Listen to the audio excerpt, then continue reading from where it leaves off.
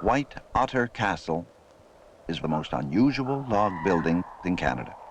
It springs from the ground as part of the landscape, a lonely sentinel beside a pebbly beach on White Otter Lake in Northwestern Ontario.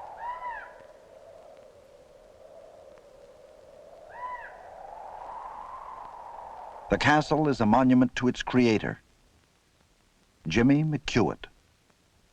Jimmy was a giant in spirit, if not in size. He had to be. The logs are massive.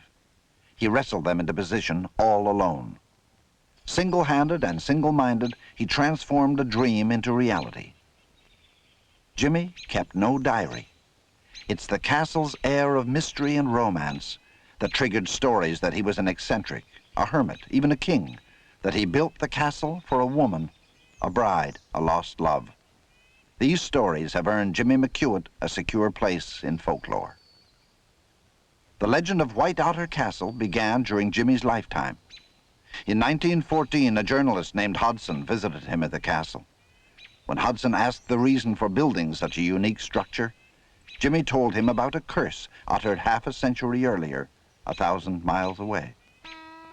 Years ago. Yes, it's a long time now. We was just boys, you know. I had a chum. We were one of those jolly lads, always playing some prank.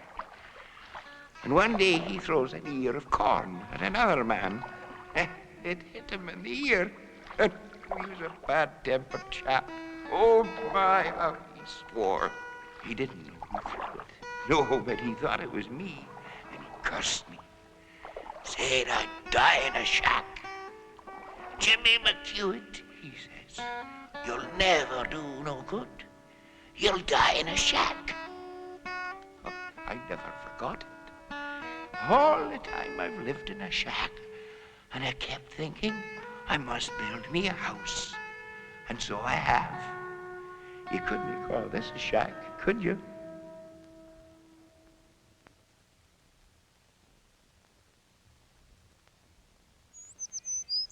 Jimmy McOuat was born in 1855, the youngest son in a large family. He grew up near Brownsburg, Quebec, on the family homestead. The first McOuats came to Canada as stonemasons to work on the Rideau Canal.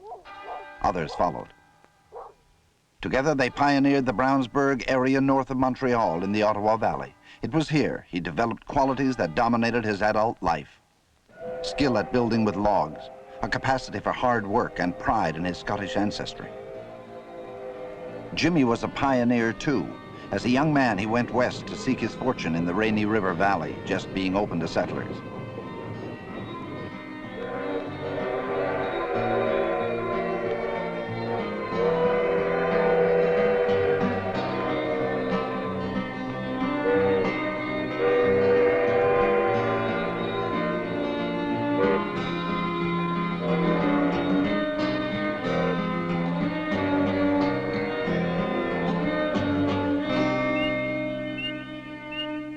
He chose for his homestead a riverfront lot near Emo in northwestern Ontario. But he was lonely. In 1887, he asked a new neighbor to fetch him a bride from southern Ontario. Our short acquaintance did not suit me. I want you to get me a woman, rather a wife. Now, I want you to get me a good one. Remember, you will have to live alongside of her. I would like a girl under 27 years, brought up on a farm, her hair may be any color except fiery red, not too thundering big. You know what kind of a girl, all right?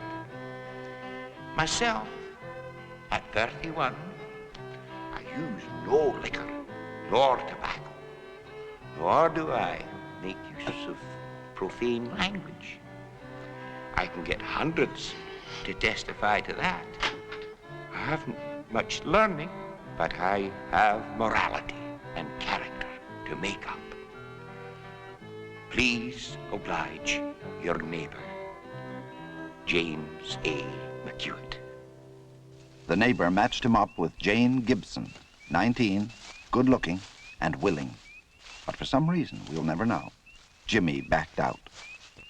What we do know is that Jimmy cleared the land and worked his homestead alone.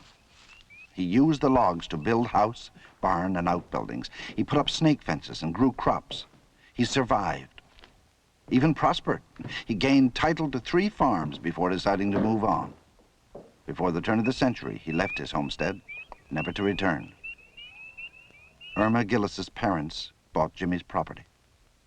It was a lovely place. My mother dubbed it Bonnie Doon when she came, so they always called it the Bonnie Doon Farm. There was a homesteader's log cabin, a very neat one, built by James McOuat. A well-built, everything he did was well done. The attic of the little log house seemed to be half full of letters scattered all over the place.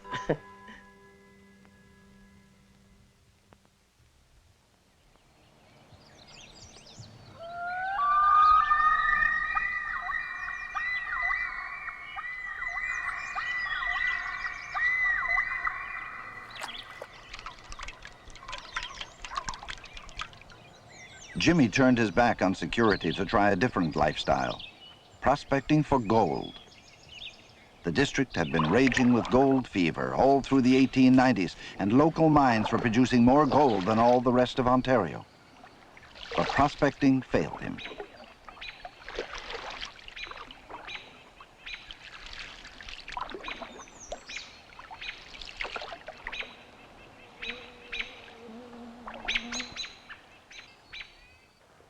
In 1903, he built a log shack on the shore of White Otter Lake. This was near the future site of the castle.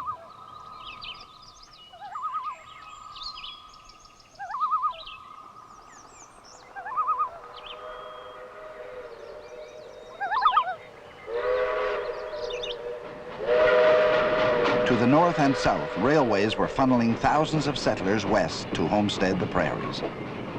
But Jimmy had finished with farming. He cast his lot with the Shields rocks, water, and trees.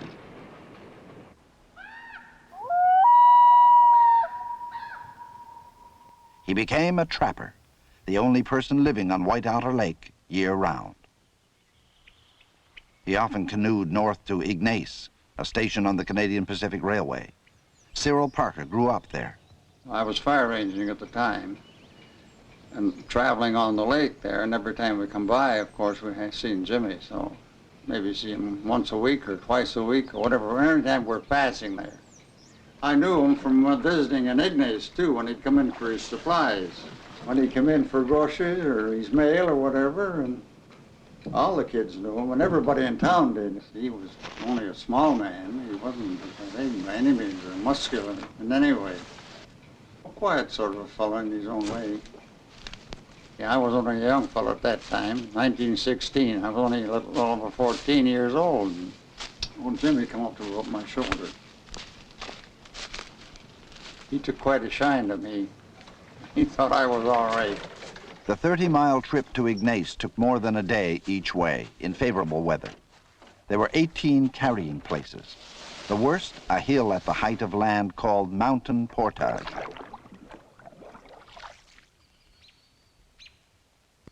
Nobody knows just when Jimmy decided to build the castle. But it was long before the First World War broke out in 1914. Construction took a long time. First, he cut Norway pines from the beautiful stand near his shack. Then he limbed each tree and winched the logs to the site before he began hewing and dovetailing them to form the walls. He also had to set in the windows, chink between the logs, and whipsaw lumber for the roof, floors, and doors. Oh, they were quite thick, you know, and they're hewed on one side, squared on the inside and notched and dropped into one another, and then slide up the pole or whatever onto the top of the building, you see. But after they get up, you know, over his head where he couldn't begin to lift them, he had trays with a rope on it and put it over, fasten it up on the top of the log as high as they'd be, and drop the rope down onto the log on the ground and tie it. And then put rocks in it so it weighed more than the log, and then up it would go. He'd notch it after he got done the top and drop it into place. It was marvelous to think that one man put this building up That's more than I can do to pitch a tent. Jimmy lived in the back section, which gave him plenty of room. The main section is big as a barn. 28 logs set one upon another to the peak of the roof, almost 100 logs in all. The back section was built the same way, but the tower was a little different. The logs were about 10 inches thick, and he just split them right down the middle, you know, and make 2 logs out of one. The tower was 40 feet high. By climbing stairs to the top floor, Jimmy could spot animals moving through his domain, and people. His solitude had ended in 1912 when a logging company moved in to cut pine for lumber. The company built several cutting camps along the shoreline and a main supply camp to the south at Flanders on the Canadian National Railway. Jimmy began bringing in his supplies over the company's ice road. Now there were more people living and working on White Otter Lake than ever before. Jimmy found he had to build a shed to protect his tools and equipment. Ever since his arrival, Jimmy had lived in harmony with his surroundings. He trapped no more than was necessary to support his simple lifestyle. Jimmy, like his castle, blended with the landscape rather than trying to subdue it.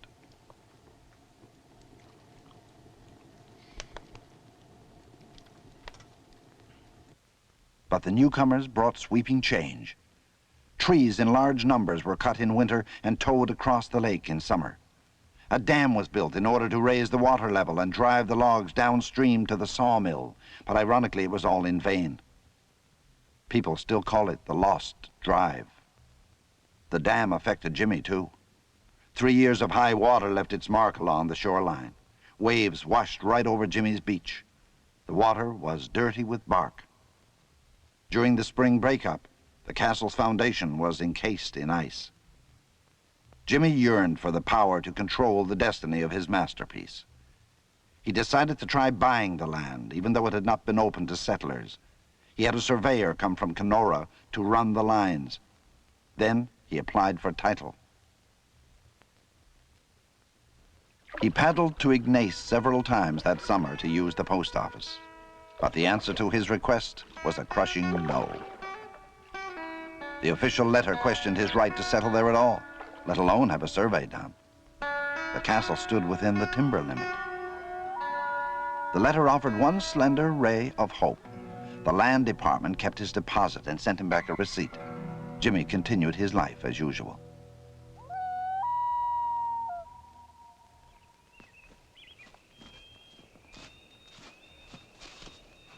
Grace Petterson grew up on a nearby lake where her father was a commercial fisherman. She and her sister liked to visit with Jimmy. But I remember he used to make us candy with sugar, and he put a little bit of sand in the candy, and he said that was good for us children to have a bit of sand in our candy. He might have just said that, I don't know.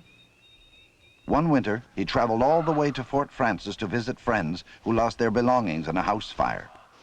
He bought blankets and dishes for their new home. On another occasion, he shared precious lemons with the journalist Hodson. Jimmy graciously served him ice-chilled lemonade in the heat of the summer. Mr. Hodson found Jimmy a fascinating companion. What interesting tales of woods life can this old nature lover tell? How the keen eyes sparkle and the tanned face beams as he guides us to a tiny lake and shows a wonderful beaver house more than 6 feet high.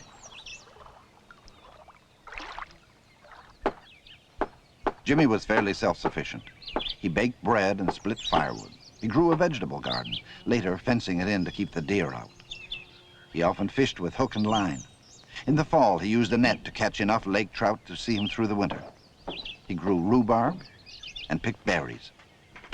What few staples were needed, flour, sugar, oatmeal, he bought with money earned through trapping and working as summer watchman at one of the logging camps.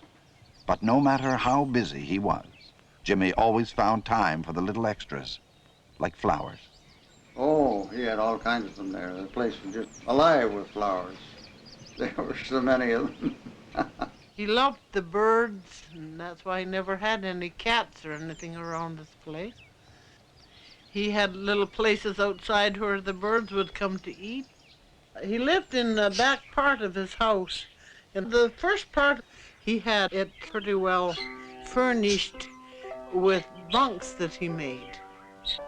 And we asked him why he made so many beds there, and he said, well, he said, when I get married, my wife is going to have lots of company come here. Was Jimmy really planning on getting married, or was he making up stories to entertain the children? In the top of his castle there, he had a little trap door, and he had a place to put his flag out. At the time in the First World War, there was a battalion that left Fort Francis to go overseas to fight. And he took some beautiful flowers out of his garden and packed them in the damp moss. He made a big box, and he had my father build a birch bark horn to call moose with, a moose horn they used to call them. He had him put that in the top of the box, and he shipped it out to Flanders, and it went to Fort Francis to the Bull Moose Battalion before they went away. That's why he had him make the horn to call the moose. Jimmy offered the castle as a convalescent home for veterans. In a letter to the Ontario Minister of Lands, Forests and Mines, he poured out his pent-up frustrations. I am sending you some pictures of my house and place. I have put it up without any help whatever.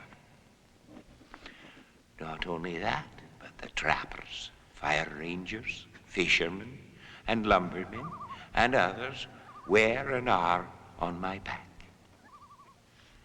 You cannot say that you're not with them. Over 3 years ago, I sent you down the plans of my place. Also, money for which I have a receipt. The rest is ready to send. I hope you're not too mad to reconsider. The minister did reconsider. The answer offered hope that Jimmy would one day own the land the castle stood on. But time had run out.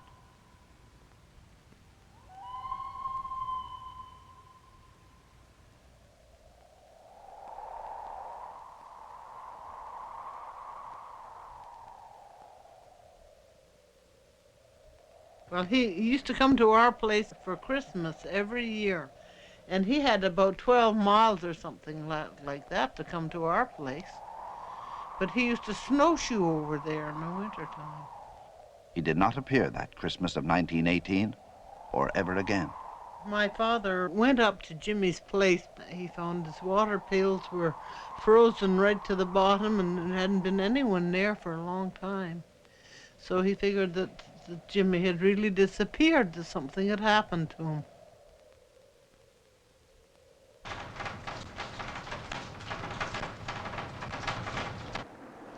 So in the spring, all the family went up there in this little old inboard boat we had. And on our way up there, we met 2 fire rangers in a canoe. And they said, we found Jimmy's body in the water. And I think they said that there was a button caught in the net from his coat, and that they pulled him into the lake. Jimmy was buried in a coffin made from lumber he had sawn himself. The castle became his headstone. His story might have ended right there if it weren't for the castle. But because he turned his dream into a reality, Jimmy McOuat lives on through the legend of White Otter Castle.